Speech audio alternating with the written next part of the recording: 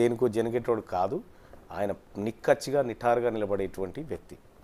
MLC ఎన్నికల్లో మీరు గెలిచిన తర్వాత ఒక వీడియో బయటకు వచ్చింది నల్గొండ జిల్లాలో. మీకు మంత్రి కోమటిరెడ్డి గ్యాప్ ఉంది, ఏదో పైసల పంపకాల్లో తేడా ఉంది, ఒక పోలీస్ స్టేషన్లో సెటిల్మెంట్ అనే ఒక ఇష్యూ. అది తప్పు. అది ఎవరికి అర్థం కాని విషయం ఏంటంటే ఇది పట్టభద్రుల ఎమ్మెల్సీ ఎన్నిక, బ్యాలెట్ ఓటింగ్. మీకు తెలుసు ఎన్ని రోజుల పాటు మీరు బ్రేకింగ్ న్యూస్ నడిపారు? దాదాపు 3-4 రోజులు ఈ కౌంటింగ్ కొనసాగుతుంది. ఎందుకంటే అది అవన్నీ ఒక దిక్కు పెట్టి తీసుకురావడం అనేది 96 టేబుల్స్ ఉంటాయి. 96 టేబుల్స్లో మాతో పాటు ఇండిపెండెంట్కి అదనపు తీసుకున్నప్పుడు దాదాపు ఒక 200 మంది ఏజెంట్లు, కౌంటింగ్ ఏజెంట్లే కావాలి మాకు. అది 3 షిఫ్టుల్లో అయితే దాదాపు 600 కావాలి. వాళ్ళకి రిలీవర్స్ 1000 మంది వ్యవస్థ.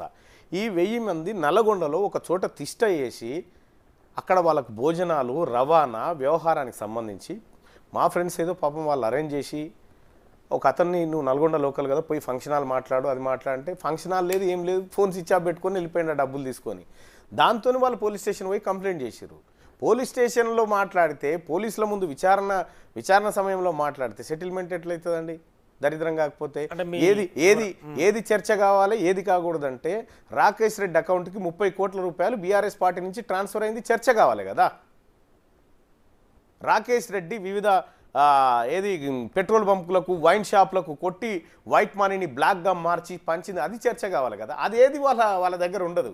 కేవలం తీన్మార్మల్ అన్నది కాంగ్రెస్ పార్టీది మాత్రమే చర్చకు వస్తుంది. ఎంత అమౌంట్ అదండి? ఒక 4000 మంది ఒక చోట ప్రతిరోజు 3 పూటల భోజనం చేసి ఆ తర్వాత అక్కడి నుంచి ట్రాన్స్పోర్టేషను వాళ్ళ ఎంత ఖర్చు అవుతుందండి? దానికోసం మా వాళ్ళు చేసుకున్నటువంటి కార్యక్రమం అండి. అది క్లియర్గా లేకపోతే పోలీస్ స్టేషన్ ఎందుకు పోతారండి? ఎవరైనా పోతారా? అట్లా డబ్బులు ఇవ్వకుంటే పోతారు, ఇంకేదన్నా. అదే కదా. ఇప్పుడు మీకు ఇవ్వకపోతే మీరైనా ఆడికే కదా పోవాల్సింది, ఆడికే పోయింది. సో ఇంకెక్కడన్నా ప్రైవేట్ చోట్ల కూర్చొని ఏదో సెటిల్మెంట్ అయ్యా ఇంకేదో చేస్తున్నారు కదా. బాధప్తా పోలీస్ స్టేషన్లో ఆ వీడియోని మేము రిలీజ్ చేసినామండి. అంటే మీ వీడియోని వేరే రకంగా రాసి బయటకు సర్క్యులేట్ చేశారు. అవే ఎట్లా ఉంటుంది కాంగ్రెస్ పార్టీలో భవిష్యత్తు? దేనికోసం ఆశిస్తుండు మల్లన్న?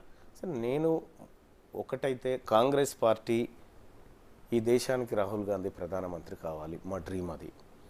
గౌరవ ముఖ్యమంత్రి రేవంత్ రెడ్డి గారు చేస్తున్నటువంటి కార్యక్రమాలు 100% ప్రజలకు చేరే విధంగా, ప్రజల మెప్పు పొందే విధంగా, ఈ ప్రభుత్వం ప్రజల మన్ననలు పొందే విధంగా మా కార్యాచరణ ఉండాలని అనుకుంటా ఉన్నాం. ఖచ్చితంగా ముఖ్యమంత్రి గారు నిర్దేశించినటువంటి దిశలో మా అందరి అడుగులు పడతాయి.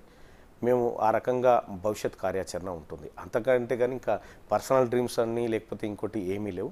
ఖచ్చితంగా ఈ ప్రభుత్వానికి మంచి పేరు తేవడమే, ప్రజలకు మంచి చేయడమే మా ముందున్నటువంటి. మంత్రివర్గ విస్తరణ జరిగే అవకాశం ఉంది. పట్టభద్రులు ఎమ్మెల్సీగా మల్లన్న మంత్రి పదవి అని ఆశిస్తుండా, డిమాండ్ చేస్తాడా? అంటే డిమాండ్ ఎందుకు చేస్తాం మేము? తన సహచార మంత్రిగా ఎవరు ఉండాలనేది గౌరవ ముఖ్యమంత్రి గారు రేవంత్ రెడ్డి గారు నిర్ణయం తీసుకుంటారు. సో నేను మంత్రి పదవి అంటే ఒక యువ నేతగా ఇప్పుడు ఒకటి ఏంటంటే మా ముఖ్యమంత్రి గారు అవకాశం ఇస్తే చేయడానికి నేను సిద్ధంగా ఉన్నా. అవకాశం ఇవ్వకపోతే ఎందుకు ఇవ్వలేదు అనేది లేదు. నాకంటే మంచి క్యాండిడేట్స్ ఉన్నారు అనుకోవచ్చు, లేకపోతే ఇంకేమైనా సమీకరణాలు అనుకోవచ్చు. ఆయన తీసుకున్నటువంటి నిర్ణయం. ఇప్పుడు ఆయన దగ్గర నాకున్నటువంటి గౌరవం, నా దగ్గర ఆయనకున్నటువంటి గౌరవం